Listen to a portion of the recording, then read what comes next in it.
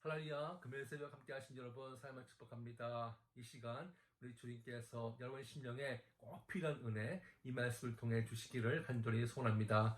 오늘 우리 놓으시는 말씀은 요한복음 5장 19절에서 21절입니다. 요한복음 5장 19절부터 21절 제가 봉독해 드리겠습니다. 그러므로 예수께서 그들에게 이르시되 내가 진실로 진실로 너희에게 이르노니 아들이 아버지께서 하시는 일을 보지 않고는 아무것도 스스로 할 수 없나니 아버지께서 행하시는 그것을 아들도 그와 같이 행하느니라. 아버지께서 아들을 사랑하사 자기가 행하시는 것을 다 아들에게 보이시고 또 그보다 더 큰 일을 보이사 너희와 놀랍게 여기게 하시리라. 아버지께서 죽은 자들을 일으켜 살리신 같이 아들도 자기가 원하는 자들을 살리느니라. 아멘. 기도하시겠습니다. 자비로우신 아버지 감사합니다. 이 새벽에 우리에게 꼭 필요한 말씀을 허락하여 주시옵소서. 힘들고 어려운 시간 지나갈 때 이 말씀이 우리에게 힘이 되고 능력이 되기를 원합니다. 도와주시옵소서. 감사하며 예수님의 이름으로 기도드렸습니다. 아멘. 네, 아멘. 전에 이슬람을 믿는 머슬럼과 대화를 나눈 적이 있습니다. 제가 예수님을 이렇게 소개했더니 자신도 예수를 믿는다는 거예요. 그러면서 우리는 같은 것을 믿고 있구나 그렇게 말을 했습니다. 꾸란 이슬람의 그 성경을 보시면 예수님이 어릴 때 기적을 행한 그 기록도 있습니다. 진흙으로 이렇게 새를 만들어서 날렸더니 그 진흙 새가 갑자기 생명이 생겨서 이렇게 날아갔다고 합니다. 그리고 이 종말 후에는 이 예수님이 다시 오시는데 메시아로 오시는 것으로 이 꾸란에 기록되어 있습니다. 참 비슷하죠. 그러나 그들은 예수님을 하나님으로 믿지를 않습니다. 그들이 믿는 신은 알라입니다. 알라는 단일 신이죠.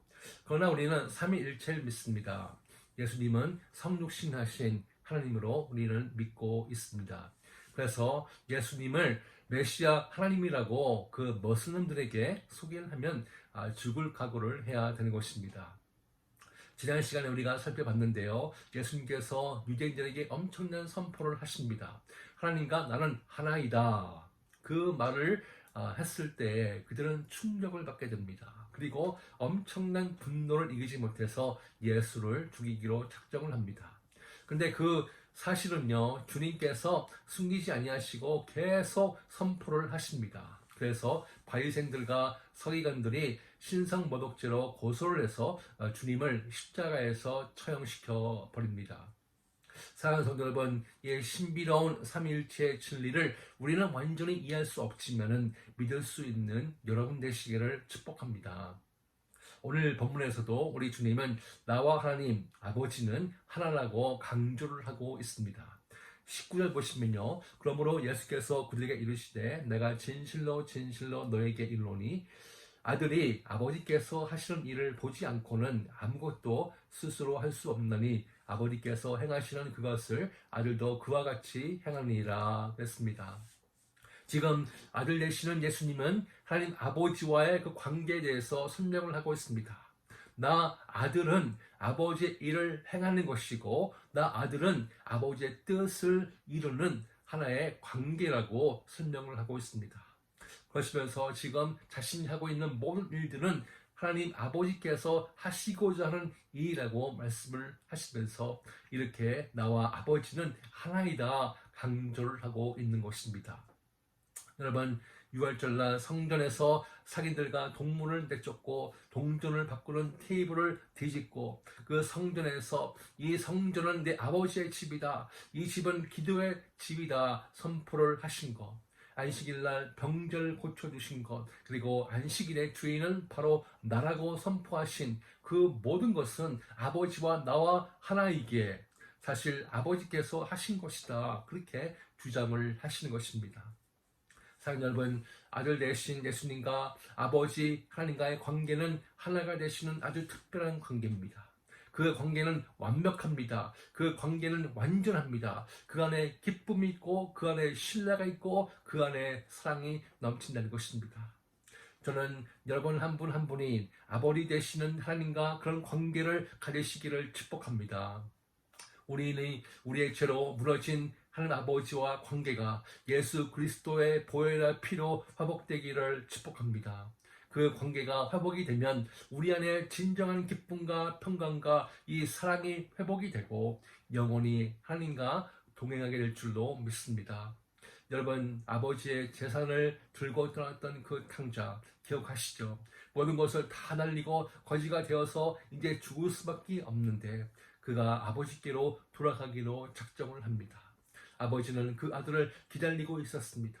그리고 아들을 발견했을 때 달려가서 그를 끌어안고 입을 맞추면서 모든 것을 다 회복시켜 주셨습니다. 그 회복의 역사가, 그 회복의 은혜가 임하시기를 주님의 이름으로 축원합니다. 또한 주님께서 말씀을 하셨습니다. 아버지께서 하신 일을 아들이 한다고 하신 것입니다. 여러분, 여기 아주 중요한 진리가 있습니다. 우리는 기도를 하죠. 하나님의 일을 하기를 원합니다. 하나님의 뜻이 내 삶 속에서 이루어지기를 원합니다. 우리가 그렇게 원하고 기도를 합니다. 만약 진정 그것을 원한다면 우리는 하나님 아버지와 관계를 회복하고 우리가 아버지 안에 거해야 되는 것입니다. 하나님 아버지가 내 아버지가 되시고 내 안에 거하실 때에 그때 내가 하는 모든 일이 하나님께서 주장하시는, 하나님께서 기뻐하시는 일이 될 줄로 믿습니다. 사랑하는 여러분, 그 하나님과 하나 되는 관계 속에 진정한 행복이 있는 것입니다. 그때 우리가 하나님의 일을 할 수 있습니다. 진정 아버지와 관계가 회복되어 구원의 기쁨, 이 신령한 복을 누리시기를 바랍니다. 20절 보시면요, 아버지께서 아들을 사랑하사 자기가 행하시는 것을 다 아들에게 보이시고 또 그보다 더 큰 일을 보이사 너희가 놀랍게 여기게 하시리라 했습니다. 이 구절에서는 예수님이 자신과 아버지 하나님과의 관계를 사랑의 관계로 설명을 하고 있습니다. 근데요, 여기서 사랑을 필레오 단어로 사용을 하셨습니다. 우리가 알고 있는 이 필레오, 이것은 친구의 사랑을 나타내고 있죠. 그래서 주님께서 그렇게 쓰신 이유는 하나님 아버지와 나는 친구 같은 그런 동등한 관계를 나타내고자 그 단어를 사용하신 것입니다. 그래서 그런 관계이기 때문에 아버지께서는 행하시는 것을, 그 모든 것을 아들에게 보여주시고 그보다 더 큰 일을 보여주셔서 우리로 놀라게 하신다는 것입니다. 여러분, 여기서 더 큰 일은 무엇일까요? 주님이 지금까지 기적을 베푸시고 병을 치유하시고 귀신을 쫓아내신 일보다 더 큰 일은 무엇일까요? 바로 영혼 구원을 말씀하고 있는 것입니다. 우리 예수님께서 이 땅에 선유신하셔서 이제 아버지의 뜻을 따라 모든 인류의 죄를 지고 어린 양이 되셔서 그 저주의 십자가에서 못 박혀 죽으심으로 누구든지 그를 믿는 자마다 죽지 않고 영원히 살 수 있는 그 선물을 주는 그 구원의 사역을 말씀하고 있는 것입니다. 그것은 상상을 초월한 엄청난 구원의 비밀이며 우리를 놀랍게 만드는 하나님의 선물이라는 것입니다. 그래서 하나님 보시기에 우리가 성도가 할 수 있는 가장 큰 일은 무엇인가? 바로 영혼 구원이라는 것입니다. 여러분, 우리가 생각하는 큰 일은 무엇입니까? 교회를 크게 건축하는 것, 큰 프로젝트를 만들어서 열심히 섬기는 것, 좀 사람들이 봤을 때 와하는 그런 일들을 우리가 생각을 하는데 우리 하나님께서 생각하시는 가장 큰 일은 무엇이냐? 바로 한 영혼을 주님께 인도하는 것이 가장 큰 일이라는 것입니다. 사랑하는 여러분, 한 영혼을 품고 그 사람을 위해서 기도하고 섬겨주고 주님께 인도하시는, 그러므로 하나님께서 보시기에 가장 큰 일을 하시는 여러분 되시기를 주님의 이름으로 축원합니다. 21절 보시면 아버지께서 죽은 자들을 일으켜 살리신 같이 아들도 자기가 원하는 자들을 살리니라 했습니다. 여기서 죽은 자들을 일으켜 살리심은 부활을 말씀하고 있는 것입니다. 여러분, 성경은 말합니다. 중생 곧 거듭남은 구원의 시작이고 몸의 부활은 구원의 완성입니다. 먼저 우리 영혼이 살아야지 주님께서 다시 오실 때 우리의 몸도 부활하게 된다는 것입니다. 그 부활을 하나님께서 허락하신다는 것입니다. 이렇게 아버지께서 그 죽은 자들을 살리지만 또 아들도 그렇게 한다는 것입니다. 다시 한번 아들 되신 예수님도 하나님과 동등하며 하나님을 강조하고 있다는 것입니다. 여기 21절에 자기의 원하는 자들을 살린다 했습니다. 그 말씀은요, 예수님께서 그냥 하나님이 아니라 주권을 가진 하나님이시는 것입니다.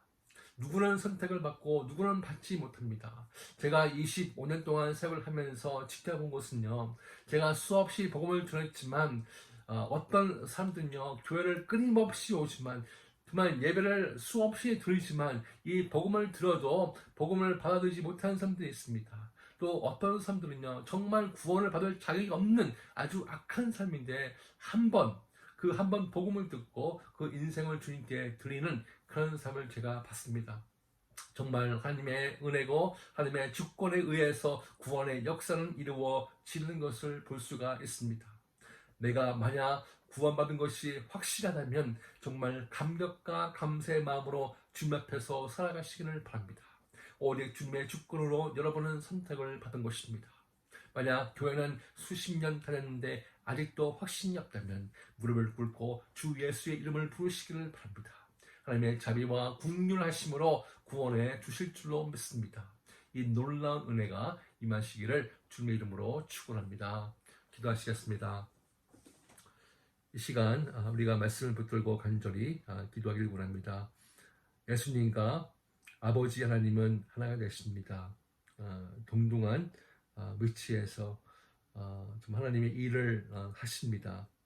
그리고 정말 큰 일은, 가장 위대한 일은 영혼 구원이라고 오늘 우리에게 말씀해 주셨습니다. 그러므로 이 시간 우리가 기도하기 원합니다. 제일 먼저 아버지와 관계를 회복할 수 있도록 도와주시옵소서.